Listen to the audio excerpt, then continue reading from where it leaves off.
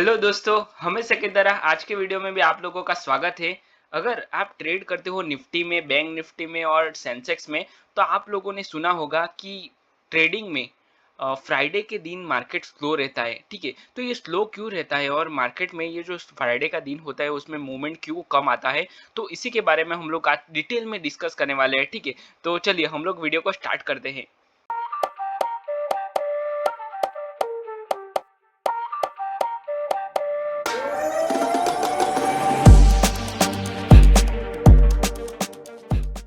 यहाँ मैंने निफ्टी का चार्ट ओपन किया हुआ है और ये 5 मिनट्स का चार्ट है और 5 मिनट्स का टाइम फ्रेम है। अगर ये फ्राइडे का दिन है तो मार्केट में थोड़ा सा मूवमेंट कम क्यों होता है, तो बहुत सारी चीज़ें मतलब ये जो टॉपिक है उसके ऊपर है।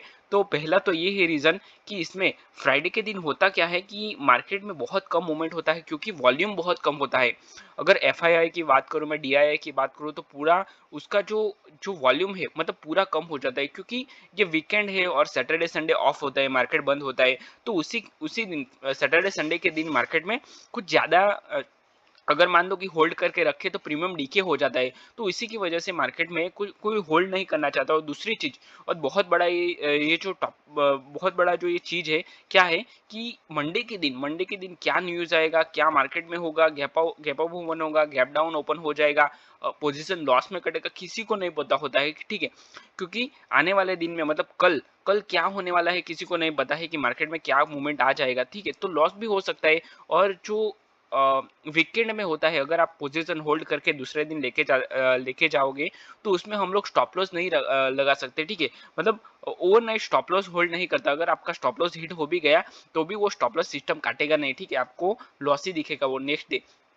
तो इसी की वजह से बहुत सारे रीज़न ये होते हैं कि सब लोग अपना पोजीशन कट कर देते हैं और ओवरनाइट होल्ड नहीं करते। दूसरी चीज़ जो अगर निफ्टी की मैं पर्टिकुलर बात करूँ तो निफ्टी में थर्सडे को एक्सपायरी होती है और एक्सपायरी के दिन बहुत सारे लोगों की जो पोजीशन होती है वो एक्सपायर होती है, ऑप्शन सेलर हो या फिर ऑप्शन बायर हो। ठीक है, पोजीशन क्लोज होती है, उसके बाद नई पोजीशन बनानी होती है, तो वो लोग मंडे को ज़्यादातर बनाना पसंद करते हैं क्योंकि फ्राइडे को प्रीमियम भी बहुत महंगा होता है। और फ्राइडे को प्रीमियम मतलब डबल होता है, उसके बाद धीरे-धीरे करके प्रीमियम स्लो होता है। तो इसी की वजह से या फिर बहुत सारे ऐसे रीज़न हैं जिसकी वजह से मार्केट में ये जो मूवमेंट है वो कम रहता है। ठीक है, दूसरी चीज़ जो फ्राइडे होता है वहाँ पे प्रीमियम बहुत डीके होता है। तो डीके होने का भी एक रीज़न है कि मार्केट में पोजीशन होल्ड करना बहुत मतलब कम रेयरली होल्ड करते हैं। ठीक है, मतलब मान लो कि यहाँ पे आपने प्रीमियम बाय किया है तो यहाँ तक आते-आते इसमें कुछ मूवमेंट नहीं होता है। ठीक है, मार्केट बढ़ता तो है पर 11 रुपीज़ का मान लो कि 100 रुपीज़ का आपने प्रीमियम ले लिया तो वो 110 होता है, 120 होता है, उससे ज़्यादा नहीं होता है। ठीक है, वहीं पे वहीं के वहीं रहता है, मार्केट बढ़ता है फिर भी। तो इसको हम लोग प्रीमियम डीके बोलते हैं। ठीक है, तो ऐसा जो दिन होता है उसमें ऑप्शन बायर्स का तो नुकसान है, ऑप्शन बायर्स को इसमें कुछ प्रॉफिट नहीं होता क्योंकि ऑप्शन बायर को कब प्रॉफिट होता है, तो पहली चीज जब भी मार्केट में स्पाइक आता है, बड़ा सा स्पाइक आता है, तो ही ऑप्शन बायर को प्रॉफिट मिलता है। दूसरी चीज ऑप्शन सेलर्स को इसमें बहुत बेनिफिट होता है। जितना भी मार्केट प्रीमियम डीके करता है उतना वो बेनिफिट ले सकता है। ठीक है, तो पर्टिकुलरली मैं बात करूँ, जब भी मार्केट साइडवेज होता है तो ऑप्शन सेलर को इसमें बहुत ज्यादा प्रॉफिट होता है। अगर मैं पर्टिकुलर ये डे की बात करूं तो मार्केट में देखो पूरा अनसर्टेन है market. Bank Nifty 200 point up side में है और निफ्टी 80 पॉइंट डाउन साइड में है। तो दोनों मार्केट सिंक नहीं है, बैंक निफ्टी और निफ्टी दोनों का मूवमेंट अलग अलग है। और सेंसेक्स की बात करूं तो सेंसेक्स 180 पॉइंट डाउन साइड में है। तो ये भी एक रीजन है कि मार्केट में जब भी अनसर्टेनिटी होती है, मार्केट में दोनों इंडेक्स जो है वो अलग अलग मूव कर रहे हैं। अगर मान लो कि डाउन ट्रेंड है, समझो बात को कि डाउन ट्रेंड है, तो वो टाइम पे क्या होता है कि सारे के सारे इंडेक्स डाउन साइड में मूवमेंट करते हैं। और अप ट्रेंड है तो सारे के सारे इंडेक्स अप साइड में मूव करते हैं। मोस्टली स्टॉक्स जो है 80% स्टॉक जो है वो भी अप साइड में मूवमेंट करते हैं, तो उसको हम लोग अप ट्रेंड बोलेंगे।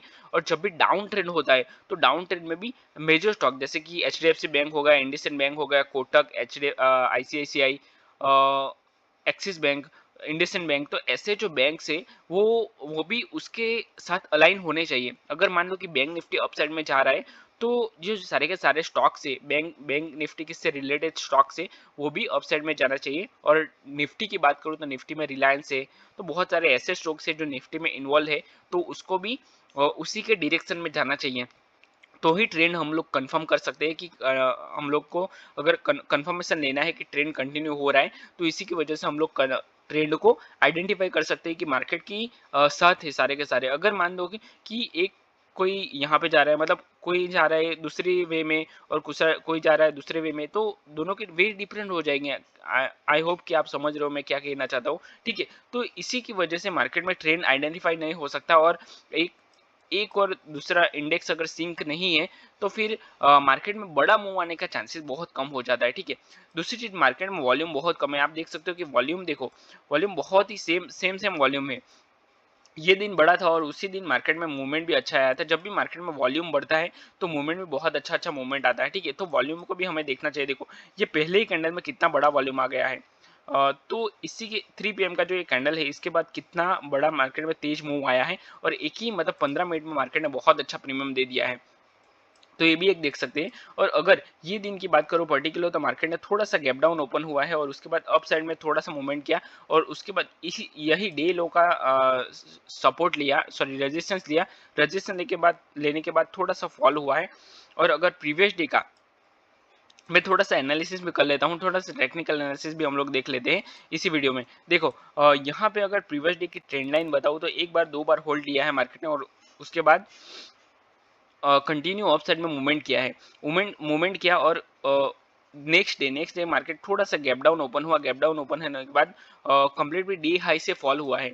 तो यहाँ पे डी हाई से रिवर्स का हम लोग एक ट्रेड ले सकते हैं डाउन साइड का, ठीक है। और एक छोटा सा पुल बैक भी दिया है, पुल बैक के लो के साथ हम लोग एक अच्छा खासा डाउन साइड का ट्रेड ले सकते हैं, पर ये स्कैल्प होगा, ठीक है। इसमें हम लोग बड़ा ट्रेड नहीं कर सकते कि ये ब्रेक डाउन करेगा, ये जो लेवल है डे लेवल है उसका ब्रेक डाउन करेगा तब तक हम लोग होल्ड करेंगे, नहीं, ऐसा नहीं कर सकते हम लोग। हमें जल्दी से जल्दी हमें 1:2 लेके कट करना पड़ेगा। अपना जो स्कैल्पिंग है उसी के बेस पे हमें रहना पड़ेगा, क्योंकि ये ब्रेक डाउन नहीं भी कर सकता। ये जो रिजेक्शन लिया है ये इसका रीजन है। ये जो रिजेक्शन लिया है, दूसरी बार रिजेक्शन लिया है, तो ये इसका रीजन है कि यहाँ से ये बाउंस हो जाएगा। तो बाउंस हो जाए उससे पहले हमारा पोजीशन कट हो जाना चाहिए। हाँ, अगर ये ब्रेक डाउन करता है उसके बाद कंटिन्यू करता है तो हमारा बोनस पॉइंट है, ये हमें ट्रेल करके आगे लेके जा सकते हैं। उसके बाद यहाँ से रिवर्सल किया है मार्केट ने, तो ये जो रिवर्सल किया है तो हमें समझ लेना चाहिए कि इसके बाद मार्केट साइडवेज हो जाएगा। सिंपल है, और फ्राइडे का दिन है तो सिंपल यही इसका साइकोलॉजी होगा कि मार्केट साइडवेज हो जाएगा, ये रेंज में घुसा रहेगा।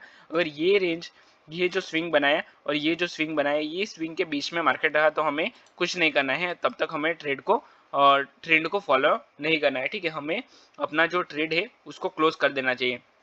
यहाँ पे मार्केट ने थोड़ा सा चैनल में आया है मार्केट, और ब्रेकआउट किया। ब्रेकआउट के साथ अगर ब्रेकआउट तो किया, ये देखो ये चीज बहुत अच्छी है, समझने वाली बात है ये। देखो मार्केट में जब भी ब्रेकआउट होता है तो क्या होता है कि मार्केट में इस तरह से मार्केट मूव कर रहा है। देखो हायर हाई के साथ मार्केट मूव कर रहा है।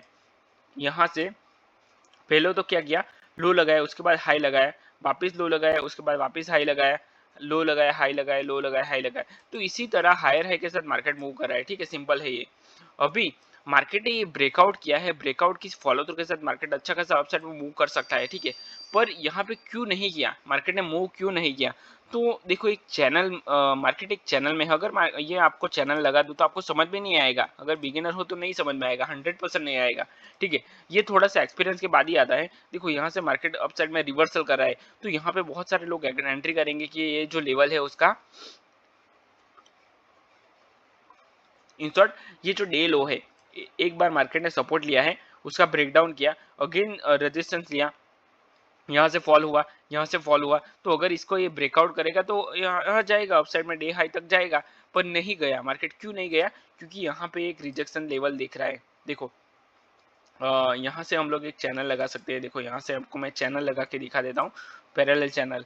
यहाँ पे एक टूल है पैरेलल चैनल का, तो ये पैरेलल चैनल का आप टूल लगा दो। जब भी ब्रेकआउट होता है या ब्रेकडाउन होता है तो ये टूल लगाना बहुत जरूरी है। देखो एक बार होल्ड किया, दो बार होल्ड किया, उसके बाद यहाँ से रिजेक्शन लिया है प्रॉपर, तो यहाँ से हम लोग डाउन साइड का, ये ट्रैप है, ठीक है। तो यहाँ से हमें रिवर्सल डाउन साइड का ट्रेड प्लान करना चाहिए, नहीं कि अप साइड का, ठीक है। यहाँ पे जिसने भी अप साइड का ट्रेड लिया होगा उसका सबका स्टॉप लॉस मार्केट ने खाया है, और बहुत अच्छा डाउन साइड में मूवमेंट दिया, ठीक है। और अभी दूसरी बार मार्केट ने ये जो चैनल ब्रेक किया है उसके बाद भी अपसाइड में मूवमेंट किया, तो चैनल ब्रेक के साथ भी हमें ट्रेड नहीं लेना चाहिए, क्योंकि ये डाउन साइड में मूवमेंट कर दिया है। अभी देखते हैं 3 पीएम का मूवमेंट क्या है। तो 3 पीएम में थोड़ा सा मार्केट अप साइड में लेवल ब्रेक करने के लिए गया और उसके बाद पूरा रिजेक्शन ले लिया। तो ये भी एक ट्रेड कर सकते हैं। तो बहुत अच्छा स्कैल्प अगर आपको करना है तो कर सकते हैं, पर दो चीज़ें आपको ध्यान में रखनी। पहली चीज़, एक तो ट्रेंड लाइन को देखना है, ब्रेकआउट या ब्रेकडाउन हो तो भी ट्रेंड लाइन को देखना है, चैनल को देखना है, प्रीमियम डीके होता है उसको देखना है, क्योंकि मार्केट में क्या होता है, इतना बड़ा मूव आने के बाद भी प्रीमियम में मूवमेंट नहीं होता है, तो ये भी हमें देखना है। पहले तो प्रीमियम देखो, आपकी फ्राइडे का दिन है तो प्रीमियम देखो कि प्रीमियम क्या मूवमेंट कर रहा है और क्या नहीं मूवमेंट कर रहा है, ठीक है, कितना स्पाइक आ रहा है, तो ये सारी चीज़ें हमें देखनी है। प्रीमियम महंगा है कि नहीं है, ठीक है, प्रीमियम महंगा है तो ले सकते हो, उसमें कोई नहीं, पर इन द मनी ही लेना है, कितना ही महंगा हो, 200 रुपये, 300 रुपये हो, 400 रुपये, 500 रुपये हो, ठीक है, इन द मनी ही लेना है, आउट ऑफ द मनी सस्ता देख के आउट ऑफ मनी में नहीं जाना है, ठीक है। तो आई होप ये वीडियो में आपको बहुत कुछ लर्निंग मिला हो। ये अगर ये वीडियो में आपको लर्निंग मिला हो तो वीडियो को लाइक करो, अपने चैनल को सब्सक्राइब करो और अपने दोस्तों के साथ भी शेयर करो ताकि उनको भी ये समझ में आ सके, ठीक है। अगर आपको पूरा ट्रेडिंग सीखना है तो मैंने ऑप्शन ट्रेडिंग का पूरा कोर्स बनाया हुआ है फ्री में, उसका डिस्क्रिप्शन में लिंक दिया है, वहां से आप पूरा कोर्स देख सकते हो, ठीक है। तो चलिए, मैं वीडियो को यहीं पे क्लोज करता हूँ, मिलते हैं नेक्स्ट वीडियो में। Till then bye bye and thanks for watching this video.